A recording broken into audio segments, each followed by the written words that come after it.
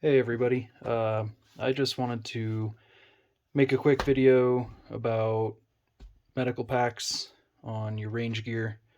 Um, I've I know this topic's been done to death pretty well, uh, but I I would like to go over it myself just because I have some stuff in here that I think people find surprising for range medical kits. So I'll just show you what I carry on mine on my belt, and we'll just take a look at it. Um, I so this came right off my belt. Um, it sits right here. I don't weave it through the molly. I just hang it right on the back about 7, 8 o'clock. Um, and it's pretty small. It's really only about 3 or 4 inches by about the same 3 or 4 inches. A little bulky. I mean, it sticks out a little bit. Maybe 2.5 inches, 3 inches, but it's a lot smaller than what I see a lot of other people running from for a boo boo kit on the back of their belt. I'm not a fan of running bigger, bulkier stuff on the back of my belt. My dump pouch is pretty small. Um, I try to keep it light, simple mag holster on the side. I don't like a big giant medical kit hanging off the back of my belt because when you sit down, all that stuff that's on the back of your belt is going to jam into you. So I know it's getting in cars or whatever, sitting in a folding chair waiting for your turn. All this stuff on the back is going to be pressing against your back. So when I wore a duty belt for work, I tried to keep the back as clear as I possibly could, just because it's extremely uncomfortable having stuff pressing into your lower back while you're sitting, especially if you're going to be sitting for a little while. So I typically try to avoid the bigger kits on the back side of my belt. Um, bigger kits definitely have their place. They can hold a lot more. There's a lot of different styles of larger packs that you can wear. This is one that I use for when I'm doing forestry work or land nav or anything like that because um, it's just a little bigger, but it's also orange, so I can kind of keep that visibility going. There's your medium sized kits, which take it up another step. Those can hold a lot more in them. Obviously, it's bigger, quite a bit bigger, and I would not want to hang this off my belt on the back of my belt. This can go in a backpack, on a backpack, um, on an AMAP that goes on the back of your plate carrier, or back seat of a car, um, glove box of a car, or something like that. There's a time and place for these uh, bigger kits. Even when you start getting into your bigger blowout bag size. Um, so when you start getting into the bigger size, like these, I know this one is specifically set up to run on a drop leg, so you can attach it to your belt with a loop, and then um, it's got a leg strap for stabilizing it. And this one can hold a lot. This is a full on blowout kit, gunshot kit. Um, it's got all the whiz bang stuff in here, but it is a bigger kit, and I don't really carry this unless it's in specific scenarios. Usually, this just goes in the trunk with a jump bag that has more medical supply, medical medical emergency. But this is far too large to be hanging off your belt, in my opinion. So there's always a time and place.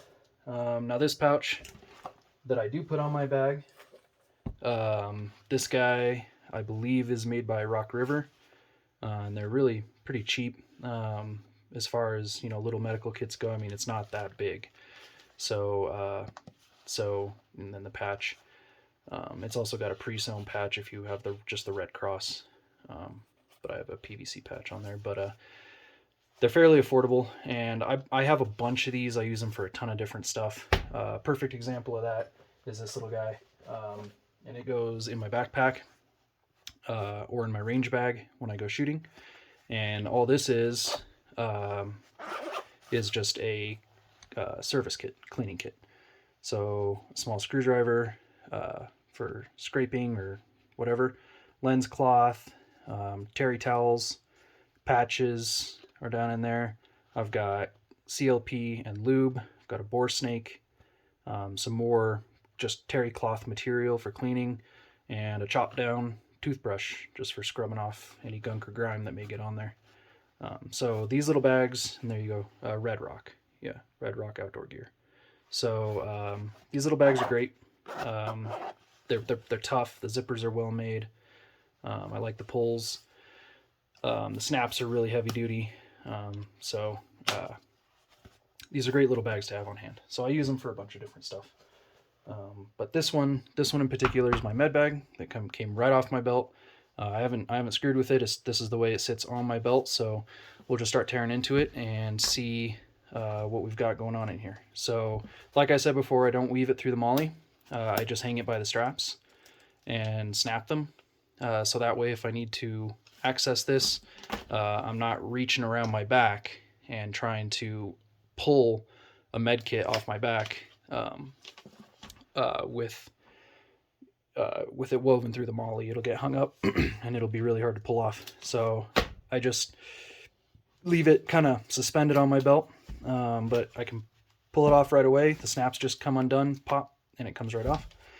And then I rip this open, and this is what we've got. I mean, this is exactly how it sits on my belt. Little disclaimer, there's not a traditional tourniquet in this kit. I do not carry a traditional tourniquet in my belt kit on my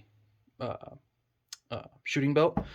The specific reason for that is I don't want my tourniquet wrapped up in something that I would have to navigate and find with, behind my back or under a zipper or whatever.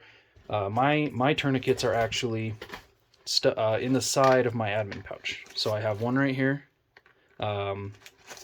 So there's a full tourniquet there, right on the side of my admin pouch, and I can just easily reach down, loop my finger through the tourniquet and deploy it.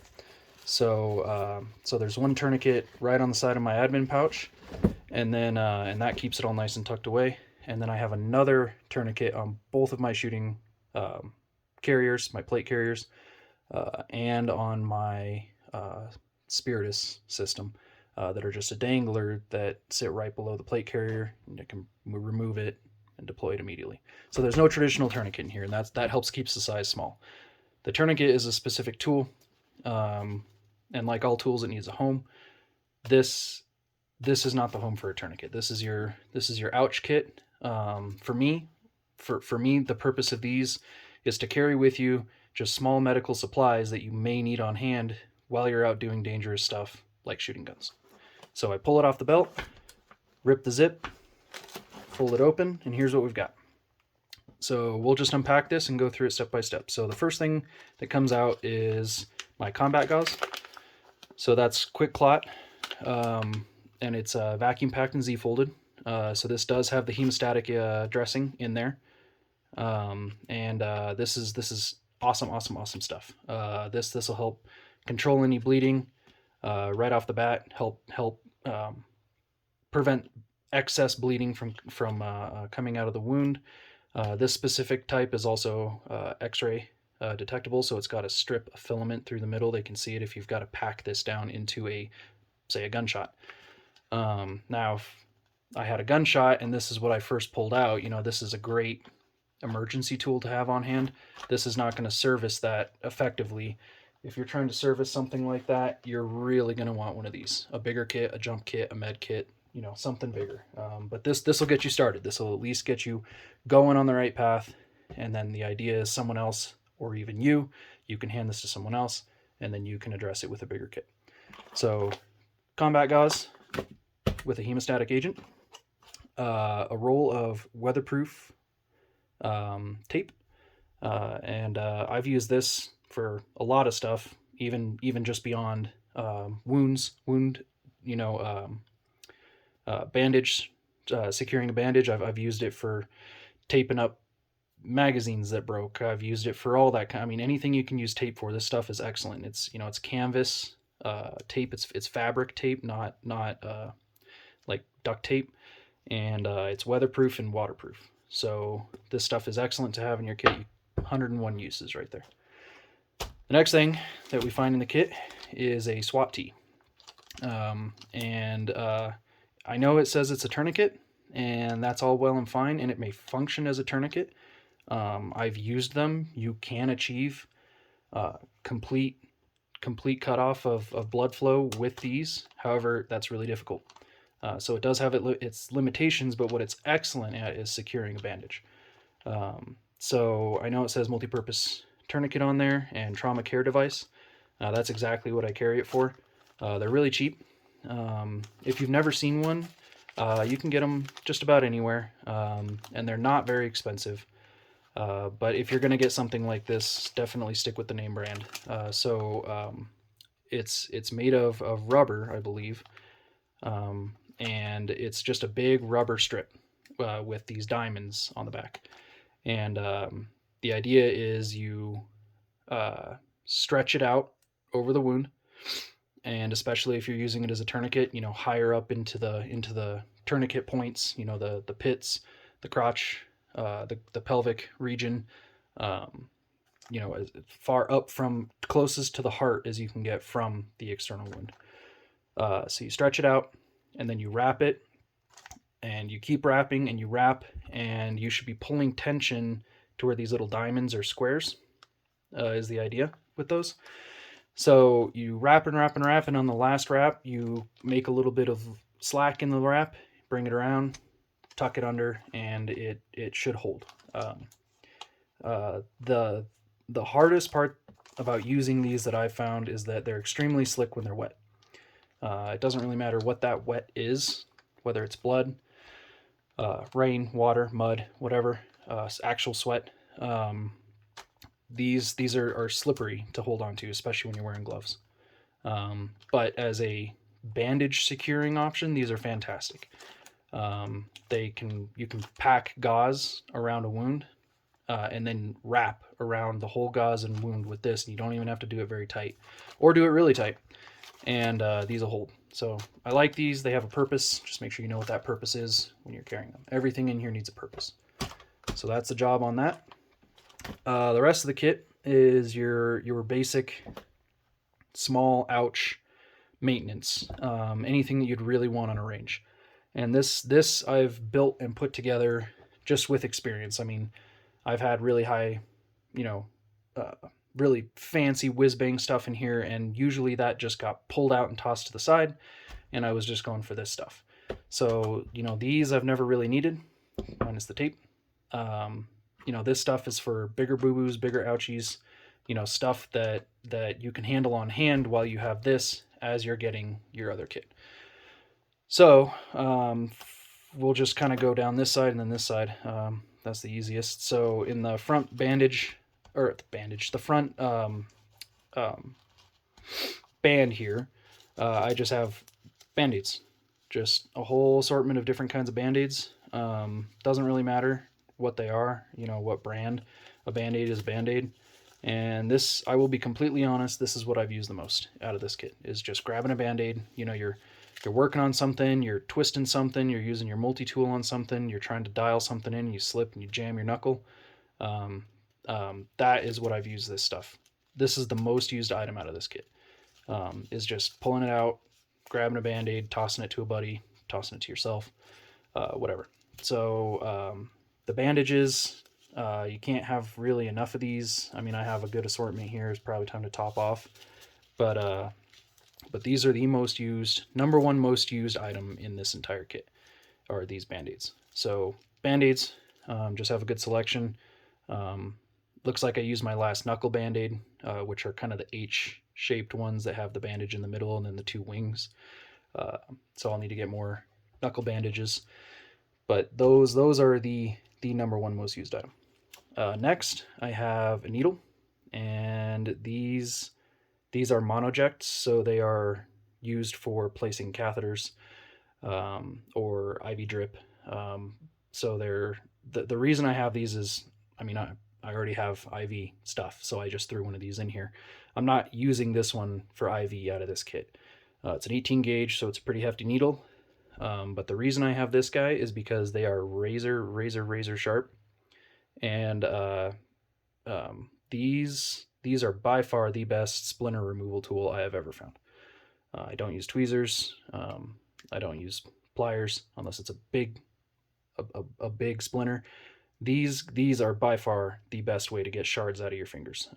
I've pulled brass slivers out of my finger with these, wood slivers from setting up targets or setting up target stands. It's the classic case. You're carrying the post out there and you set it down and it goes shoop and it jams a splinter right into your finger, and that just happens to be your trigger finger. This will wheedle that out of there faster than any tweezer set, I promise. So if you have the ability to get your hands on this, a regular sewing needle would work just fine. But some sort of sharp implement that sole purpose is to just pick out splinters. So obviously I've already cracked it. It's not sterile. So I would never use this for setting an IV or setting any kind of catheter. This is non-sterile. It's just for digging out splinters. So we got that guy. Moving down, I've got gloves. So 2 pairs, because they always rip, and they always rip at the worst time. So if you're working on your buddy, you probably want gloves. If you're working with a gusher, you want gloves. It's for them and for you. You don't want to be sticking your dirty, nasty trigger fingers down into someone's wound, especially if you've got a pack or hold on the wound. Sticking dirty fingers in a wound, that's a great way to get your friend a ticket to antibiotic town. So gloves, just make sure you wear them if you're working on other people. If you've got a nice good wound on yourself, you should wear it too. Keeps all the gunk and gunpowder and mud and debris out of wounds. So 2 pairs of gloves, and then the way I stage these is I roll them from the fingers to the cuff, so that way when I pull them out, I can just flick them open, and then I can just don them really quickly. So I roll them from the fingertips up, and that's just a little technique or trick that I learned after running medical calls for enough. Just jamming a bunch of gloves down in there, you're going to pull them out and all the gloves are going to go everywhere, or you're going to get 3 pairs and toss one to the side, because when you're putting on gloves, you're going to want to be doing it right quick in a hurry. So stage your gloves, stage them the right way. That way you're not screwing around with them when seconds count. So, again, I roll them from the fingers up. They're tucked in here like this. I can pull them out, grab onto the cuff, give it a flick. Gloves are open, don, and I'm going to work. So 2 pairs of gloves. Also, I typically avoid the black nitrile. I know they're high speed, ninja, cool stuff here with the black. They look super dope, especially when you've got them on. You look like a real operator putting on black gloves, right? But the problem with black gloves is that when you're doing a sweep, a blood sweep, so if you're checking around someone, say someone got shot or got a skim or even just jammed a post or something into their side, and you're just checking to make sure they're not bleeding on the backside. If you take your hand and you've got a black glove on there, and you're working with someone who's bleeding, so you're wearing gloves. If you take a black glove and you shove it up someone's shirt to feel on their back and then pull out your hand to see if there's any blood, you're going to have a hard time seeing that on these. I mean, maybe if you can catch the glint on it and see if there's, a sheen or whatever, but just pulling your hand out, it's not going to be instantaneously evident that there's bleeding occurring on the backside of whoever you're working on. So I avoid the black gloves. I don't like them. You can't see what your hands have on them. It makes identification hard. So I save those for cleaning guns and stuff like that. I don't use those for medical. I like white, blue, purple. Blue is the best. White's the next best. So when you're doing your sweeps, you can tell what's on your hands. So gloves. Next, on the inner compartment here, I've got just a whole assortment inside here. So the first thing I have 2 little packets of pain reliever. These are just acetaminophen and aspirin and caffeine. So basically they're Excedrin. So Everyone should know what Excedrin is. They're awesome. I just stick these in there because, man, it's great to have. Even in a pinch, like, man, I've taken these after a full day on the range of nothing but bang, bang, bang all day, even with Hearing Pro. Man, it just gets to me. So, having these in there, sometimes when the head hurts, the arms hurt, whatever, I worked hard that day, having these in there and able to, just pop one or two. Or alternatively, if it's a full day of training and we've been going hard and I know I'm going to feel it tonight, I'll pop one of these at lunch just to head off any soreness. So just some general basic painkiller, and it doesn't have to be name brand stuff. It could just be aspirin or acetaminophen or Tylenol or whatever. Throw it in the bag. And then after that, I've got a couple different sterile pads. So I've got alcohol prep pads, and then I also have BZK antiseptic towelettes. So there's a difference for these. They do different things. I'm not going to go into the exact details of why, but well, basically they work in different ways. I can tell you from experience, this one doesn't really sting when you're wiping stuff down.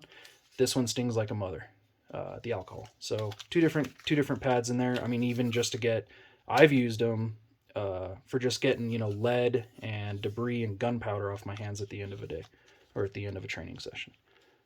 So just a couple wipes in there always help. And then after that, I've got just a small assortment of gauze pads. So they're sterile. They're wrapped from the factory.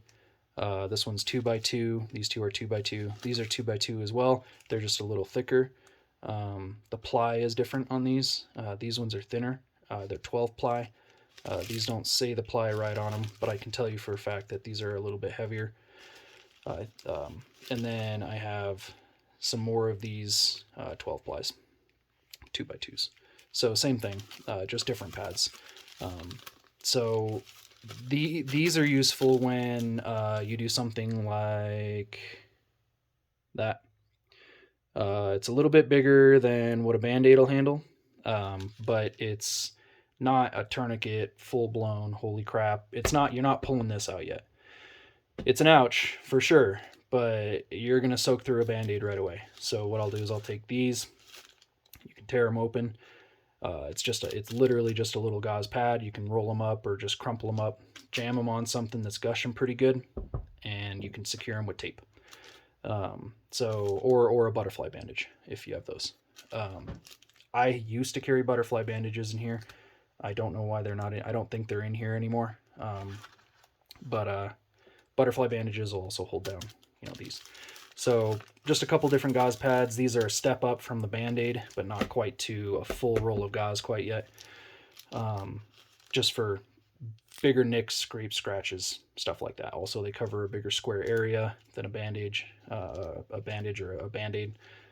So if you get a big scuff, like I've had one guy when we were shooting a drill, required going prone, and he proned out, and he was wearing a short sleeve t-shirt, and he scraped the ever-loving mercy out of his elbow. He finished the course of fire, but informed me after the course of fire that he had scraped his elbow pretty good, and it was pretty good. So, rip off a couple of these, maybe two, stick them on there, hold them on there until you clot, wrap them or tape them if it's taking a while, and then that would be your next best bet right there. So gauze pads, and then I have two bigger Band-Aids. These are bandages. I know Band-Aid is a trademark, but they're the bigger adhesive bandages. They're still smaller than the gauze in terms of your square area that they cover, but these are pretty good for bigger scrapes and scratches, anything that you would need to cover up that the Band-Aid can't quite cover. But the gauze pads, they're just another convenient tool in the toolbox. So you don't have to tape anything down or stack extra gauze on there, but it's just a bigger Band-Aid. So two bigger Band-Aids in there. And then on this side, it's just a couple more admin things in here. I have packed gauze. So this is just raw gauze material that's just folded and then vacuum sealed. This one is distributed by Recon. They make good stuff. I like them a lot. But it's just packed gauze. So it's just a big long strip. This doesn't have the measurement on it, but I'm pretty sure it's 2 inches. 2 inches by so many inches, probably, I don't know, 24 or 36 inches. Great for wrapping, great for packing, very absorbent, sterile in this package. So anything that you really could come up with for using a ton of gauze, that's what this is for in here. Packing, even you just take the whole thing, stick it underneath your SWAT, stick it on a wound, and then wrap with the SWAT. So excess gauze, you know, a good nice roll of gauze. I don't like the rolls because they just don't fit conveniently in these little kits. So I have the vacuum packed one that just slides in. So vacuum packed gauze. And lastly, just some dressing sponges. So these are great to have when you need them. Otherwise, they're pretty useless. But for how big and how heavy they are, which is nothing, and they fold up, they're great to have. They're sterile. It's a 4x4 sponge, and there's 2 of them in here. They're very similar to the little gauze pads, but they're an absorbent sponge. So I don't really want to tear it open to show, but they're a big square, you know, 2x2 or 4x4 on these guys, and they will absorb a lot of fluid. So a use for something like this would be a major ouch, big scrape, big scratch, big cut that's bleeding a lot.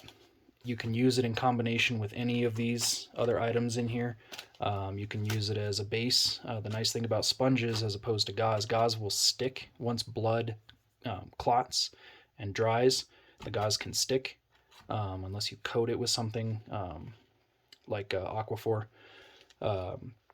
This stuff typically won't stick.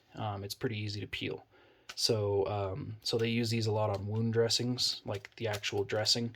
So if I had a major wound on my hand, you know, big cut, and it was just really leaking the dark red stuff, or even the bright red stuff coming out of my hand, if I needed to, you can layer up your response with this stuff. So if it's really badly coming out, you know, that might be where the combat gauze comes into play because it has the hemostatic agent. So, you know, take the whole thing, rip it open, slap it on there, and then once clotting has occurred, you can remove that, dress it with this, or you can just dress it with this, wrap. All right, buddy, you're taking a ride. Any kind of combination. It's just another tool that assists my other tools, gives me options for expansion in my response level to any of this stuff. So that's the whole thing. So that's really all I carry in this guy. I don't really use anything else in here. I know guys will carry super glue. I used to have one that had super glue in it. The bottle failed and leaked super glue all over my stuff and ruined it. So I decided I'm just going to forego the super glue. Butterfly bandages would probably be a great idea to toss in here. But yeah, this is what I carry. It's exactly what I carry on my belt every single time I put my belt on, every single time I go out. So hopefully this video kind of showed you just a good basic shooting gear belt kit that weighs almost nothing. I mean, it's really not noticeable at all. It's not bulky, huge. It's not a big blowout kit. I still have my emergency tourniquet. I've got one here. I have another one on my carrier that's right there. So I've got those tools there, but those tools are specific. This stuff is more general. Can I respond to something with this kit like I could with a tourniquet? Absolutely. However, the tourniquet is a specific tool. So I wanted more variety in this, especially with the bandages. Like I said, the most used items that I've used in this kit to date, since putting it together and slapping it on my belt, have been the Band-Aids, the waterproof tape, and the needle for picking out splinters. That out of the entire kit here, this is what I've used the most. I mean, the painkillers are great, the wipes are great, but the stuff that I'm finding myself reaching back and pulling this kit off for is this stuff. Um, so hopefully that gave you some good ideas on how you would set up your belt. Um, uh, if you have any suggestions or questions, feel free to leave them in the comments. And also, if you're down there leaving a comment, please leave a like. That always helps me out too.